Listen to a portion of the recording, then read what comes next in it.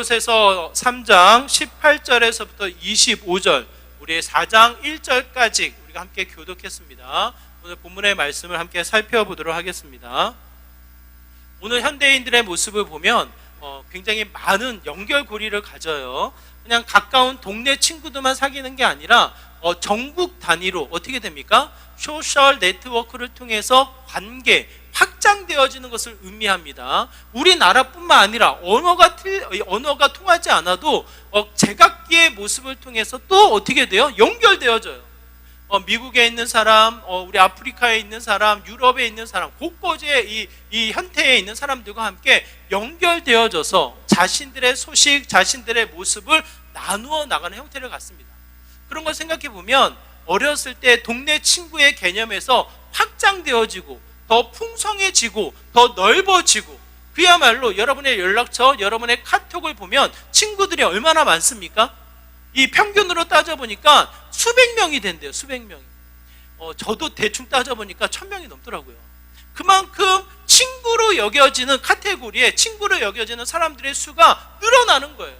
그만큼 소셜 네트워크를 통해서 공간과 이 여러 가지 한계를 뛰어넘어서 관계가 넓혀지는 것을 우리가 경험합니다.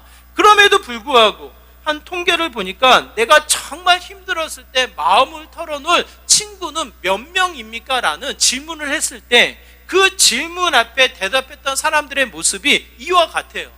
10명 중에 6명이 뭐라고 대답했을까요? 10명 중에 6명, 60%가 넘거든요. 대부분의 사람들이 나는 친구가 없어요. 이게 의아하게 느껴지지 않는 게 우리도 그렇거든요. 실제로 수많은 친구들이 카테고리로 이렇게 연락처가 있고 연결되어져 있지만 실제로 내 마음을 털어놓고 이야기할 친구가 누가 있습니까? 몇 명이가 됩니까? 라고 물어본다면 쉽게 대답이 나오지 않는다라는 거예요. 머뭇거리며 많은 사람들이 친구가 없어요 라고 이야기를 하게 됩니다. 왜 그런가? 기술과 미디어를 통해서 관계가 쉽게 맺어지고 충분히 우리가 많은 것을 나눌 수 있지만, 그럼에도 불구하고 관계에 문제가 나타납니까? 안 나타납니까? 관계가 틀어지고 관계가 나눠지면서 오히려 관계의 문제를 경험하는 게 오늘 시대의 모습이라는 거예요. 그 원인을 생각해 보면 단순하게 오늘날의 문제가 아니라 그 시작점이 어디로부터 시작이 되어집니까? 창세기 2장과 3장이에요. 하나님이 친밀하게 우리에게 찾아오셔서 깊은 관계를 맺으셨음에도 불구하고 죄의 결과가 어떻게 나타납니까? 하나님과 우리의 관계가 어떻게 돼요? 단절돼요. 끊어져요. 죄로 말미암아 하나님의 친밀함을 거부하고 하나님과 동행함을 또 한번 거절하며 홀로 남아있는 죄인에 불과하다는 거예요. 그러다 보니까 하나님과 우리의 관계가 끊어짐으로 말미암아 나타나는 영향력이 뭡니까? 관계의 틀어짐이에요. 아내와 남편, 남편과 아내의 관계, 성경은 분명히 우리에게 이렇게 이야기합니다. 내 뼈 중에 뼈요, 내 살 중에 살이라. 제가 이 고백을 가장 처음 만났던 여자친구한테 썼다니까요. 근데 그 여자친구가 교회를 안 다녀가지고 이게 무슨 말인지 모르더라고. 그야말로 성경에서 가장 고백되어지는 사랑의 깊이 있는 교제잖아요. 내 뼈 중에 뼈요, 내 살 중에 살이라. 그만큼 떨어질 수 없는 신비, 연합되어져 있는 가치를 이야기하는데, 오히려 죄로 말미암아 하나님과 단절되어졌을 때 아담과 하와가 어떻게 됩니까? 어떻게 돼요? 네 탓이라고. 내 문제가 아니라, 내 잘못이 아니라 너 때문에 내가 지금 이렇게 됐노라고 남 탓을 하게 된다는 거예요. 오히려 아브라함이 하나님의 말씀을 받은 자로서 말씀의 책임감을 가지고 제가 잘못했습니다라고 무릎을 꿇었다면 어떠한 결과가 주어졌을까? 어쩌면 다른 모습이 아니었을까? 이런 생각을 해요. 그런데 하나님과 인간의 관계가 단절되어짐으로 말미암아 남편과 아내의 관계가 서로 탓하며 내 문제가 아닌 당신 문제라고 여겨지며 관계가 틀어진다는 거예요. 부모와 이 남편과 아내의 문제뿐만 아니라 부모와 자녀의 관계도 마찬가지입니다. 이 한없이 사랑하고 모든 것을 내어주는 게 부모의 마음이라면 자녀와 부모의 자녀의 관계 속에서도 뭐예요? 오늘날의 모습이 관계가 틀어져 있어요. 그냥 어떻게 했으면 뭘 받아갈 건가, 어떻게 했으면 내 걸 지킬 건가 서로 의심하며 오해하며 그 관계가 틀어져 나가는 형태로 나타나게 된다는 거예요. 더더군다나 세계의 역사가 결국은 뭡니까? 형제의 난, 서로 형제들의 이 전쟁, 이 관계가 틀어짐으로 말미암아 같이 자신의 것을 지키기 위한 전쟁의 이야기로 나타나게 된다는 거예요.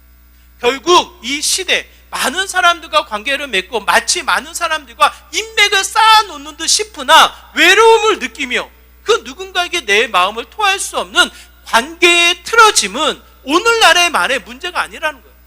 결국 죄로 말미암아 하나님과의 관계가 단절되어진 관계의 틀어짐이 오늘 우리에게 그대로 나타나게 되어져 있다. 여러분, 학교의 이 관계 문제가 그냥 오늘날의 문제입니까, 여러분? 그냥 오늘날의 문제로 주목해서 커지게 보이는 거지, 우리가 학교 다닐 때 있었어요, 없었어요? 결국은 예전에도 똑같이 있었던 거예요. 관계의 문제가 오늘날에 증폭되어진 것이 아니라 그만큼 단절되어지고 틀어지고 오히려 그 관계의 문제가 끊임없이 우리에게 문제로 적용되어지고 있다는 사실을 다시 한번 느끼게 되어집니다. 그런 과정에 하나님이 우리를 새롭게 하셨다는 거예요. 지난주부터 계속해서 우리가 생각해보는 예수 그리스도로 말미암아 새 사람이 된 우리는 어떠한 자의 모습입니까? 지난주에 우리가 살펴보았던 것은 15절, 16절, 17절을 통해서 감사하는 자가 되자. 어떻게 해서든지 하나님의 연합을 통해 말씀을 통해 또 한번 그의 이름을 힘입어서 감사하는 자가 되어야 한다라는 가치를 누렸다면 또 하나 우리에게 분명히 이야기하는 말씀이 뭡니까? 12절의 말씀이에요. 우리 12절의 말씀 같이 한번 볼까요? 12절의 말씀 같이 읽겠습니다. 시작. 그러므로 너희는 하나님이 택하사 거룩하고 사랑받은 자처럼 긍휼과 자비와 겸손과 온유와 오래 참음을 옷 입고 새로운 사람으로 우리가 새로워졌을 때 우리를 가리켜서 뭐라고 이야기합니까? 뭐예요, 여러분? 빨간 글씨로 제가 친절하게 써놨는데 뭐라고 해요? 사랑받는 자라는 거예요. 성경에서 우리 교회 다니지 않는 사람도요, 교회를 가리키면 사랑이라고 이야기해요. 교회 다니면서 왜 이렇게 사랑이 없어? 이렇게 이야기해요. 대표적으로 결국은 뭡니까? 우리는 예수 그리스도의 사랑을 입은 자, 사랑을 받은 자들이에요. 그러므로 새 사람을 입었을 때 새로워진 우리들의 모습은 어떠해야 된다고 이야기합니까? 14절의 말씀이 이렇게 이야기합니다. 우리 14절의 말씀 같이 읽을게요. 이 모든 것 위에 사랑을 더하라. 이는 온전하게 매는 띠니라. 저는 이 말씀을 또 한 번 읽고 또 한 번 묵상하며 또 한 번 생각할 때마다 무엇이 강조되어지냐면 사랑이 중요하다, 사랑이 소중하다 누가 모릅니까? 그렇지 않아요? 다 알고 교회라면 그리고 믿는 사람이라면 이래야지, 예수님의 제자라면 서로 사랑해야지 다 알아요. 그런데 14절 뭐라고 이야기합니까? 이 모든 일에 사랑을 더하라는 거예요. 사랑이라는 가치는 알지만, 사랑이라는 소중함은 알지만 우리의 일상 가운데, 우리의 삶의 현장 가운데 어떻게 알아? 사랑을 더하는 자. 그냥 한 부분, 내가 좋아하는 부분, 나에게 이익이 되는 부분, 내가 관심이 있는 부분에만 사랑을 더하라, 이런 개념이 아니라 뭡니까? 이 모든 것에 사랑을 더하라 권하여서 우리에게 말씀하신다는 거예요. 이 말씀을 적용해서 18절에서부터 우리 4장 1절까지 관계를 통해서 이야기를 합니다. 관계. 이 관계를 통해서 우리가 뭐라고 이야기하냐면 아내와 남편의 관계, 자녀와 부모의 관계, 종과 이 상전의 관계를 통해서 이야기를 해요. 이 당시의 배경으로 보면 이 사회에 형성되어져 있는 소외된 계층이 없는 모든 사람을 포함한 관계의 내용을 우리에게 소개하고 있는 거예요. 그 관계를 통해서 성경 우리에게 권하여 뭐라고 이야기하냐면 모든 일에 사랑을 더하는 자가 되라고 성경 우리에게 말씀한다라는 거예요. 그러므로 오늘 본문을 통해서 우리가 또 한 번 우리 사랑 입은 자, 사랑을 받은 자로서 새로워진 우리들의 모습은 그냥 세상이 이러니까, 시대가 이러니까 관계의 문제를 그냥 뒤로 여기고 내가 좋아하는 사람, 내가 익숙한 사람으로만 멈춰 있을 것이 아니라 또 한 번 성경의 가치를 통해서 우리가 주목하고 새로워지는 믿음의 모습이 되어야 한다는 것을 이야기합니다. 어떻게 해요? 모든 관계, 모든 일에 사랑을 더하는 거예요. 오늘 본문을 통해서 좀 더 구체적으로 살피기를 원해요. 오늘 본문을 통해서 우리가 살펴봤을 때 제일 첫 번째 삼각관계. 대체로 이 시대의 흐름 속에 나타나는 것은 상대적인 관계거든요. 1대1, 누군가가 나한테 잘하면 나도 잘하고, 누군가가 나한테 서운하게 하면 그냥 관계를 끊어버리고, 누군가가 불편하면 굳이 만날 이유가 뭐가 있어요? 그냥 내가 좋아하는 사람 만나는 것도 바쁜데, 이렇게 하며 상대적인 관계를 통해 1대1 관계로만 우리가 여겨집니다. 근데 성경은 오늘 그 1대1 관계로만 끝나지를 않아요. 오늘 관계의 이 설명을 보면 이렇게 기록되어져 있습니다. 18절, 20절, 22절, 4장 1절의 말씀에 보면 그 강조점을 우리가 보게 되어지는데, 삼각관계, 그 관계 속에 누가 포함되어집니까? 자, 아내들에게 이렇게 18절 이렇게 이야기합니다. 우리 18절 같이 읽을까요? 시작. 아내들아, 남편에게 복종하라. 이는 주 안에서 마땅하니라. 누가 들어가 있어요? 주가 들어가 있는 거예요. 주가. 자녀와 부모의 관계 속에서도 동일합니다. 순종하라. 이는 주 안에서 기쁘게 하는 것이라. 종들과 상전의 관계 속에서도 마찬가지입니다. 종들아, 오직 주를 두려워하여 성실한 마음으로 하라. 상전들에게도 권합니다. 하늘의 상전이 계심을 알지어다. 이 관계를 통해서 우리가 생각해 볼 수 있는 건 뭐예요, 여러분? 그냥 1대1 상대적인 관계로 끝나지 않고 그 안에 삼각관계, 누가 포함되어져 있어요? 여러분, 삼각관계가 있으면 어떻게 돼요, 여러분? 저와 아내 사이에 삼각관계, 누군가가 또 포함되어져 있어. 그럼 어떻게 됩니까? 불편한 거예요. 이 사람에게 내 사람이 뺏기나 안 뺏기나 이 불편해서 싸우고 마음이 불안한 거예요. 왜? 삼각관계니까. 하나님이 모든 관계 속에 포함되어져 계셔요. 그 관계, 삼각관계를 이루어서 내 마음대로, 내 생각대로, 내 유익대로, 내 경험대로, 내 판단대로 그냥 함부로 하지 않도록 삼각관계, 주님 안에서 주님의 계심을 인정하고 주의 이름을 통해서 삼각관계를 인지하고 살아가라는 거예요. 오늘 본문에 보면 남편과 부모에게는 표현되어져 있지 않아요. 골로새서 이 본문이 강조가 이 약한 자에게 강조되어져 있다 보니까 아버지와 남편에게는 표현되어져 있지 않은데, 에베소에 보면 추가되어져 있습니다. 에베소의 말씀에 보면 이래요. 에베소 5장 25절에 보니까 이렇게 기록되어져 있습니다. 남편들에게도 똑같이 뭡니까? 그리스도가 기준이 되는 거예요. 그리스도께서 교회를 사랑하신 것처럼 그 교회를 위해서 자신을 내어주신 것처럼 어떻게 합니까? 남편들은 주님이 하신 것처럼 주님의 관계를 생각하며 또 한 번 아내를 사랑하라는 거예요. 부모의 마음도 마찬가지입니다. 우리 6장 4절의 말씀 같이 읽어볼까요? 함께 했습니다. 시작. 또 아비들아, 너희 자녀를 노엽게 하지 말고 오직 주의 교훈과 훈계로 양육하라. 내가 경험했던 것, 세상의 가치에 가르치기 위해서 분주하게 하기보다는 뭐가 기준이 됩니까? 주의 말씀, 주가 먼저 우리에게 가르쳐 주시는 내용이 우리 자녀들에게 가르치고 양육해야 될 가치로 여겨진다는 거예요. 이게 무슨 뜻이에요? 아빠가 됐다고 해서, 부모가 됐다고 해서 자녀에게 마음대로 함부로 이거에 저거에 그렇게 말할 수 없다는 거예요.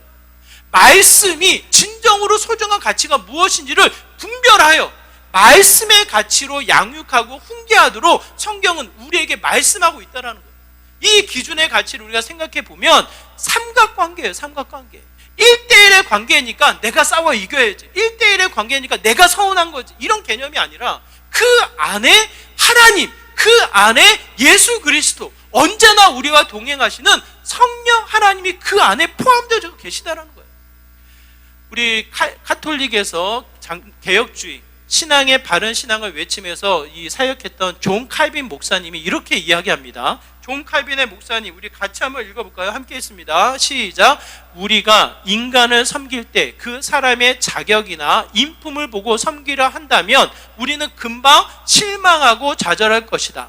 그러나 하나님께서 그 사람 뒤에 당신의 권위를 두셨음을 볼 때 우리는 사람을 넘어서 하나님께 순종하는 거룩한 의무를 다하게 된다. 삼각관계예요. 삼각관계. 내가 좋게 여기고 내가 존중하고 내가 이해했던 정도로만 사람을 본다면 순간은 내가 만족해, 순간은 내가 사랑해, 순간은 내가 인정하는 듯 싶으나 사람은 완전하지 않아요. 결국은 실망하게 되어져 있어요. 그 가치를 우리가 절실히 깨달아 삼각관계, 아내와 남편, 부모와 자녀, 상전과 종, 이 사회의 모든 관계 속에 그 사이에 누가 들어가 계십니까? 하나님이 계신 거예요. 하나님. 그 하나님을 인지하고 그 하나님을 통해서 또 한 번 관계를 유지해 나가는 믿음의 형태, 그때 비로소 온전한 관계가 회복되어진다는 거예요. 그러므로 하나님의 관계가 연결되어져 있을 때 그의 사랑을 받은 자로서 또 한 번 하나님의 관계를 통해서 삼각관계, 다른 이들을 우리가 관계를 유지해 간다면 그 자리가 하나님의 일하심의 형태로 소중한 만남, 소중한 관계가 확장되어진다는 거예요. 여러분, 삼각관계가 부정적이지만 오늘 본문을 통해서는 긍정적으로 생각하세요. 이 관계를 유지하는, 이 관계를 나의 감정과 내 생각으로만 멈춰 있지 않은, 오히려 하나님의 뜻을 이루어 나가는 아름다운 관계, 건강한 관계가 되는구나.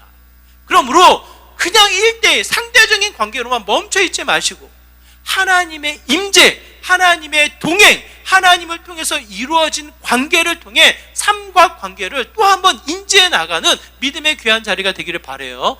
그때 우리의 기준은 세상의 기준을 뛰어넘습니다. 세상의 기준을 뛰어넘어요. 오늘 본문의 대표적인 표현이 이렇습니다. 우리 23절의 말씀인데요. 우리 23절의 말씀 같이 읽을게요. 함께 했습니다. 시작. 무슨 일을 하든지 마음을 다하여 주께 하듯 하고 사람에게 하듯 하지 말라. 굉장히 중요한 가치예요. 기준이에요, 기준. 1대1 관계 속에서는 어떻게 이 관계가 이루어집니까? 나에게 유익을 주는 사람, 나를 좋아하는 사람, 나에게 편의를 주는 사람, 평강을 주는 사람에게 우리가 관계를 맺고 내가 할 수 있는 대로 해요. 반대로 나를 불편하게 만드는 사람, 나에게 가시가 되는 사람, 나에게 뭔가 손해를 끼치는 사람들 어떻게 합니까? 상대적인 거예요. 상대적인 거. 나 스스로가 스스로를 방어하며 그들의 관계가 멀어지거나 그들을 판단하거나 그들을 정죄하는 형태로 치닫게 되어집니다. 그런데 오늘 성경은 뭐라고 이야기하냐면 주께 하듯 하라는 거예요. 기준이 달라요. 기준이. 내 감정, 내 생각, 내 판단, 세상의 가치의 기준으로 하는 것이 아니라 그것을 뛰어넘는 뭡니까? 주께 하듯 하라. 오늘 이 23절의 말씀이 어디에 포함되어져 있냐면 종들이 상전을 대할 때 이렇게 하라는 거예요. 물론 제한적인 표현으로 우리가 생각해 볼 수 있지만 가치로 여기면 모든 관계 속에 주께 하듯 하라라는 이 의미를 우리가 새기게 됩니다. 여러분, 종이란 어떠한 신분입니까? 종이란 가만히 있어도 이 주인을 섬기며 주인의 명령에 복종해 나가는 형태인 거예요. 그런 자인데 그런 이들에게 뭐라고 이야기하냐면 눈 가리며 그냥 보일 때만 잘하고 보이지 않을 때는 제멋대로 하는 형태가 아니라 언제 어디서 무슨 일을 하든지 간에 어떻게 알아? 여러분, 예배 시간이라고 해서 이 시간에만 하나님 믿는 것처럼 찬양하는 이 시간에만 입을 열어 하나님을 찬양하는 것처럼 머물러 있으면 하나님의 관계가 형성됩니까? 하나님 우리를 기뻐하십니까? 하나님은 우리를 다 아시거든요. 머리털까지 세신 바 되시는 그 하나님이 우리의 중심을 다 꿰뚫어 보고 계시거든요. 그러니 그 하나님 우리에게 하시는 말씀은 그 앞에서만 잘하라 이렇게 이야기하지 않아요. 보이지 않는 그 자리에도 하나님이 함께 하시고 그 보이지 않는 자리에도 하나님이 지켜보고 계시니까 어떻게 알아? 주께 하듯 하며 섬기라는 거예요. 섬기라는 거예요. 여러분, 이 시대가 왜 생명력, 영향력이 위축이 됩니까? 분명 하나님은 살아계시고 하나님에 대한 믿음, 하나님에 대한 말씀의 능력이 있는데 왜 우리의 일상, 우리의 삶, 우리의 가정은 위축이 됩니까? 신앙의 영향력이 왜 위축이 됩니까? 저는 여기에 오늘 본문의 가치가 더 크게 숨겨져 있다고 생각을 해요. 이 모든 일에 사랑을 뭐하라? 더하라는 거예요. 빼는 게 아니라 더하라는 거예요. 근데 우리는 어떻게 해요, 여러분? 우리는 어떻게 해요? 입맛 다시는 대로, 내 생각대로, 내 상황에 따라서 어떻게 해요? 뺄 거 뺀다는 거예요. 우리 이번에 청년들이 연애라는 개념으로 하나님과의 관계를 좀 더 이렇게 고민하려고 우리 청년들이 주제를 정했어요. 그래서 제가 그 주제를 가지고 고민을 하다가 틀어진 관계를 먼저 고민해야 되겠더라고요.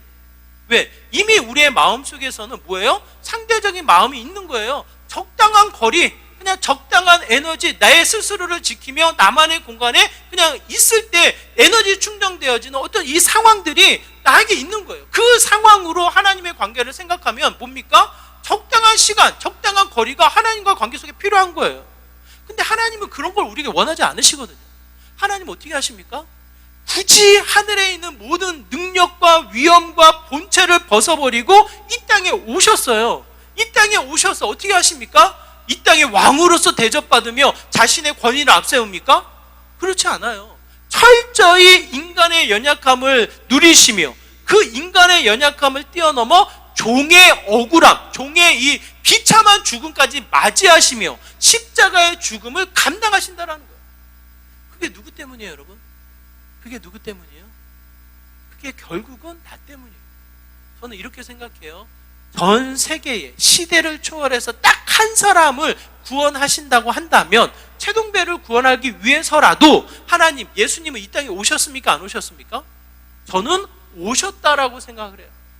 딱 한 사람이라도 구원하기 위해서라도 예수님은 그 모든 위험을 뒤로하고 모든 비참함과 조롱과 아픔을 감당하며 우리 앞에 오시는 분이 예수님이시라는 거예요.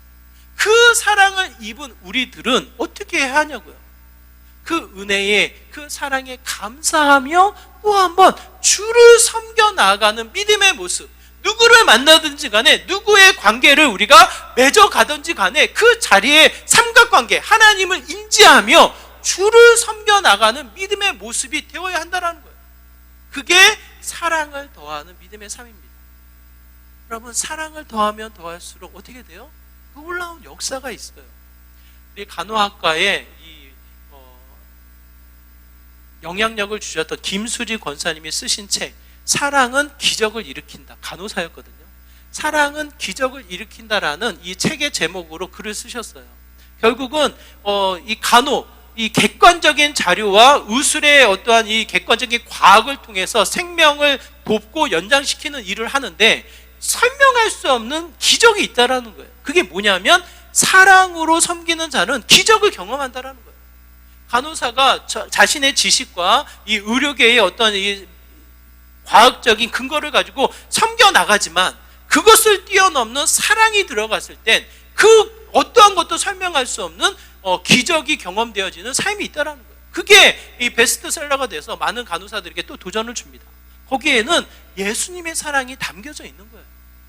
그분이 그 말라위까지 가시면서 이 간호사의 길을 또 섬기시면서 그만큼 선교와 사역을 통해서 하나님의 사랑을 나타내는 믿음의 모습이거든요. 그분이 고백했던 것은 그 누구든지 간에 우리가 무시할 수 있는 사람이 없다라는 거예요. 철저히 우리가 할 수 있는 것은 사랑을 더하며 죽게 하듯 하는 믿음의 모습인 것을 이야기합니다. 팀 켈러 목사님도 마찬가지예요. 뉴욕 항복판에 이 사역하셨던 팀 켈러 목사님도 이렇게 이야기하십니다.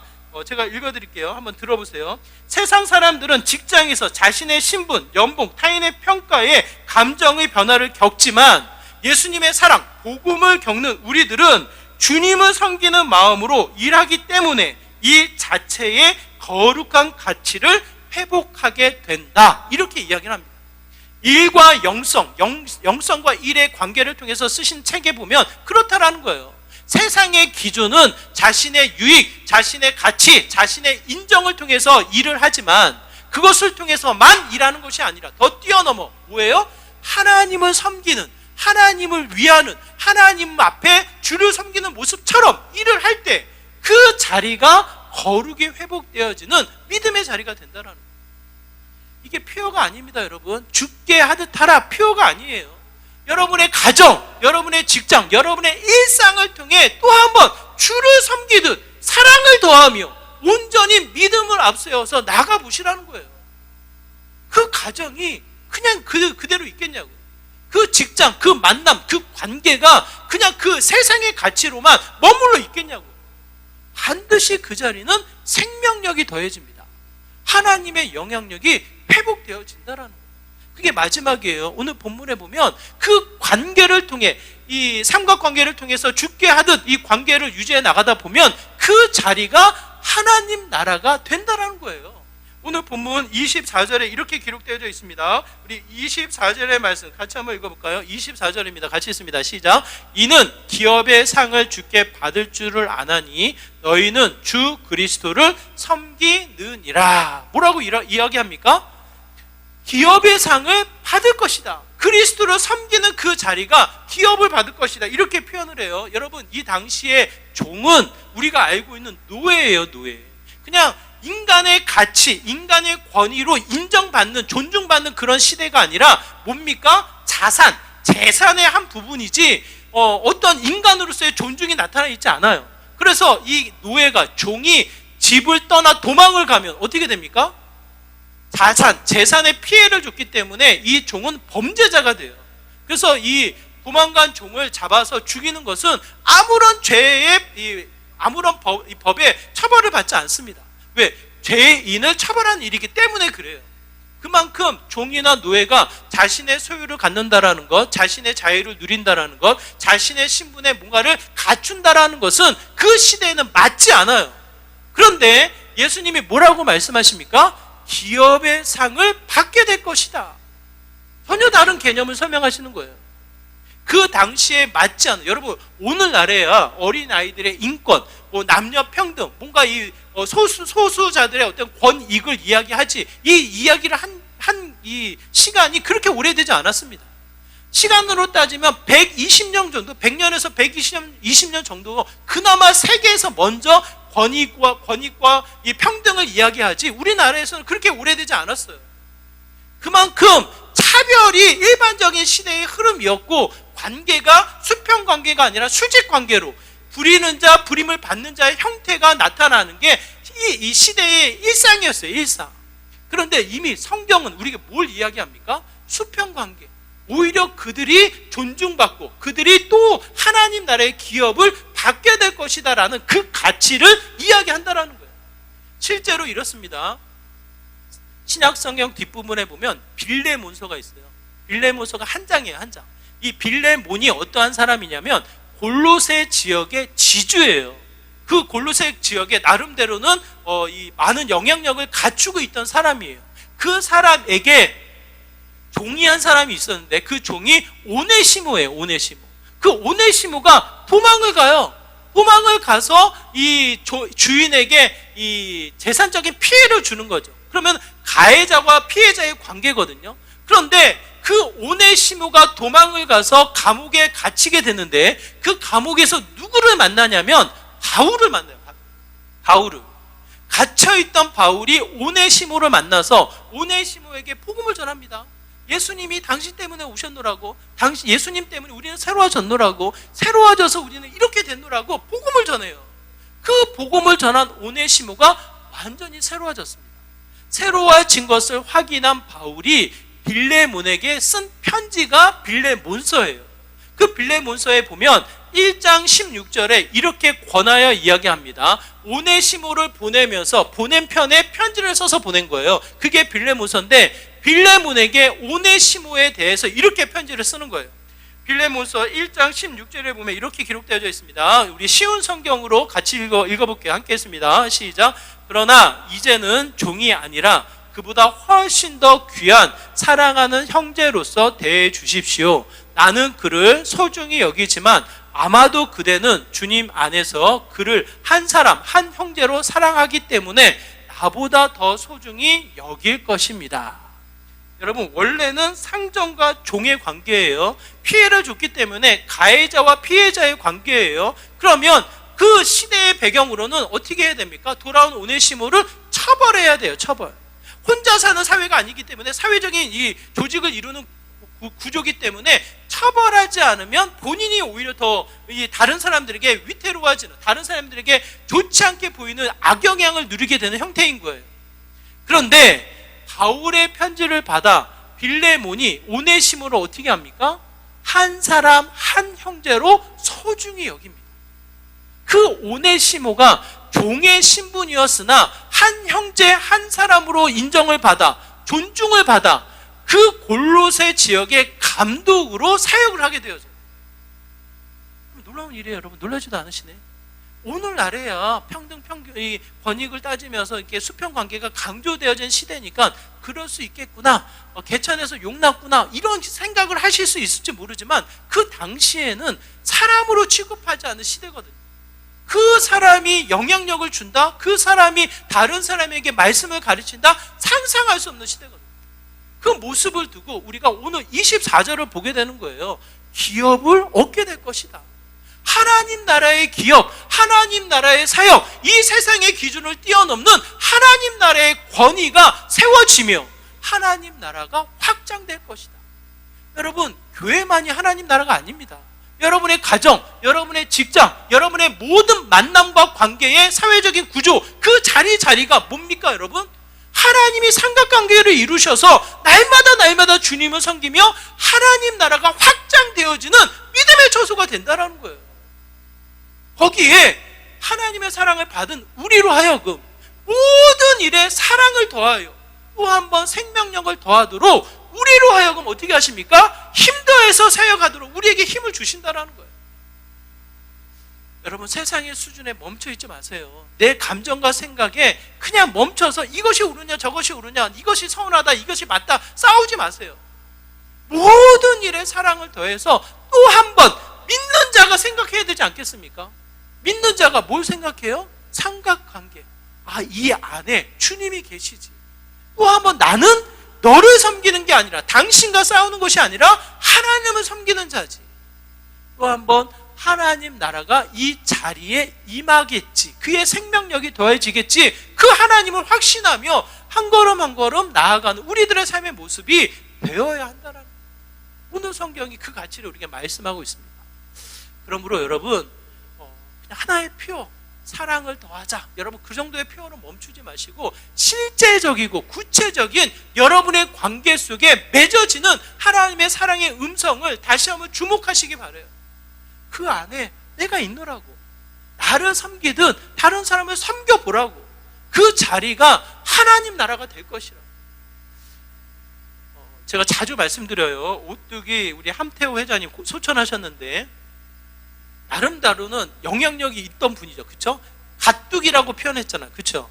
우리가 붙인 이름이 아니잖아요. 세상 사람들이 가뚜기 하는 거잖아요. 왜? 영향력이 있었으니까. 그분은 사람을 소중히 여겼습니다. 우리 마트에 가면 물건을 팔 때 시식 맛보라고 막 주시잖아요. 이게 마트 직원이 아니라 그 회사 제품에 그 회사 직원이 파견 나온 거예요. 파견직으로 나와서 자기 회사 제품을 드셔보라고, 이거 사시라고 이렇게 홍보하는 거예요. 홍보. 그 사람들이 대부분의 회사들은 기간제를 씁니다. 계약직이에요. 계약직. 1년 하고 끝나는 계약직이에요. 근데 오뚜기는 그 모든 마트에 일하시는 1,800여 명을 정규직으로 채용을 해요. 처음부터. 이게 어떠한 수준의 차이냐 이거. 세상이 주는 이익, 세상이 회사의 어떤 이익을 추구하는 회사의 가치를 뛰어넘어 뭡니까? 사람을 존중하고 그냥 필요할 때만 쓰고 필요 없을 때는 버리는 형태의 어떤 그런 세상의 가치가 아니라 한 사람 한 사람을 소중히 여기는 가치가 먼저 뛰어나게 나타나는 거예요. 더더군다나 함태호 회장님이 이제 우리 저 아는 몇 그룹을 초대하셔가지고 음성의 공장을 방문했거든요. 여러분, 회장이 초대해서 갔으니 얼마나 어깨에 힘이 들어갑니까? 뭔가 특별한 대우를 받겠거니 그 견학을 즐기면서 친절하게 뭐 안내해주고 또 오뚜기 이 선물 세트를 주시더라고요. 그래서 소중한 선물을 받으면서 즐겁게 이 견학을 했거든요. 점심시간 때 얼마나 맛있는 걸 줄까 기대가 되잖아요. 뭘 줄까 이 안내하는 대로 따라갔더니 온 직원이 식사하는 넓은 공간으로 우리를 데려가더라고요. 그래서 줄 서서 식사하시라고. 조금 실망감이 들더라고요. 회장님이 초대했고 나름대로 뭔가 좀 특별한 메뉴가 나오지 않을까 기대를 했는데, 그러면서 안내하시는 분이 말씀하시기를 회장님이 공장을 방문할 때마다 그 그룹에도 회장님이 오셨거든요. 같이 다녔거든요. 회장님이 오실 때마다 이곳에서 식사를 한다는 거예요. 특별한 식당이나 메뉴가 있는 것이 아니라 온 직원과 함께 식사를 같이 드신다는 거예요. 그러면서 그 회장님이 강조하는 것은 우리가 먹지 못하는 것을 어떻게 판매할 수 있냐, 우리가 맛있게 먹고 우리가 즐겁게 먹을 때 그 물건이 판매될 수 있는 거다라고 생각하시며 자기부터 새로운 이 제품이 나오면 그 공장 사람들부터 먼저 먹는다라는 거예요. 거기에 임원들, 우리 회장님도 오시면 다 같이 먹는다라는 거예요. 그래서 그 자리에 식사를 하게 되는 이 상황을 소개를 하더라고요. 그러면서 제가 또 한번 느끼는 것은 뭡니까? 수평인 관계예요. 수평 관계. 누가 더 뛰어나다, 누가 더 낫다, 누가 더 못났다, 잘났다, 이런 개념이 아니라 똑같은 관계. 그 관계의 근원을 우리가 생각해 보면 하나님의 사랑이 담겨져 있습니다. 보이는 데서만 잘하는 게 아니라 보이지 않는 자리에서도 똑같이 대우하며 똑같이 존중하며 하나님의 사랑이 더해져 나가는 믿음의 모습이라는 거예요. 여러분, 기업이에요, 기업. 기업은 철저하게 유익, 경제적인 이 계산을 하고 따져서 들어가는 게 이 기업인데, 그 기업 안에 사람의 존중과 사랑이 담겨져 있다는 거예요. 그냥 세상 사람들이 이런 모습을 보니까 가뜩이라고 표현한 게 아닐까, 저는 그렇게 생각을 해요. 함태호 회장님이 지나고 이제 다른 리더십이 세워지니까 어떻게 변화될지 모르지만, 그래도 그분이 예수님의 사랑, 그 가치를 알았을 때에는 그 세상을 뛰어넘는 영향력이 있었다라는 거예요. 저는 그냥 기업만 그럴 것이 아니라 우리 한 개인도 똑같은 영향력이 있을 수 있습니까? 아니면 한계가 있습니까? 저는 똑같다고 생각을 해요. 사랑을 입은 자, 예수 그리스도의 사랑을 받은 자로서 모든 일에 사랑을 더하라. 여러분, 조금만, 많이 말고 여러분이 할 수 있는 대로 조금만 사랑을 더해보세요. 사랑을 더할 때 사랑하자 이게 아니라, 사랑을 더할 때 생각하세요. 이게 삼각관계지, 하나님이 계시지. 죽게 하듯 주를 섬기듯 섬기라고 말씀하셨지. 자리자리가 하나님 나라로 확장되겠거니. 또 한번 말씀의 근거에서 사랑을 더해보세요. 그러면 반드시 그 자리는 하나님의 기업, 하나님의 나라가 또 한번 증명되어지는 믿음의 귀한 자리가 될 것으로 확신합니다. 여러분의 가정이, 여러분의 직장, 사업체, 여러분의 모든 관계가 이와 같이 하나님의 사랑이 또 한번 증명되어지는 믿음의 초소가 되시기를 주님의 이름으로 축원합니다. 우리 말씀을 기억하시면서 함께 기도하기 원해요. 하나님, 우리의 만남이, 우리의 관계가, 우리가 섬기는 가정, 직장, 사업, 모든 활동들이 또 한번 하나님의 사랑을 더하는 믿음의 자리가 되길 소망합니다. 삼각관계로 하나님의 임하심, 무엇보다 죽게 하듯 또 한번 하나님 나라가 확장되어지는 믿음의 귀한 자리가 되기를 소망합니다. 하나님, 우리의 가정과 일상과 우리의 모든 섬기는 자리가 그 사랑을 더하는 믿음의 귀한 자리가 되게 하여 주시옵소서라고 이와 같은 마음으로 함께 기도하며 나가도록 하겠습니다. 기도합니다. 하나님, 우리의 일상이, 우리의 가정이, 또한 우리가 섬기는 직장, 학교, 우리의 모든 사업체가 또 한번 주님의 선하심을 드러내는 믿음의 귀한 자리가 되길 소망합니다. 삼각관계, 하나님의 임재가 있고 주를 섬기는 또 한번 하나님 나라가 확장되어지는 믿음의 귀한 자리가 되기를 소망합니다. 하나님의 사랑을 받은 자로서 그 사랑을 더하게 하여 주시고 또 한번 주님 앞에 달려나아가는 믿음의 귀한 삶이 되게 하여 주시옵소서. 우리의 가정이, 우리가 섬기는 자리마다 모든 관계가 또 한번 하나님의 사랑의 영향력이 펼쳐지게 하여 주시고 하나님 나라가 확장되어지는 믿음의 귀한 자리 되게 하여 주시옵소서. 주님,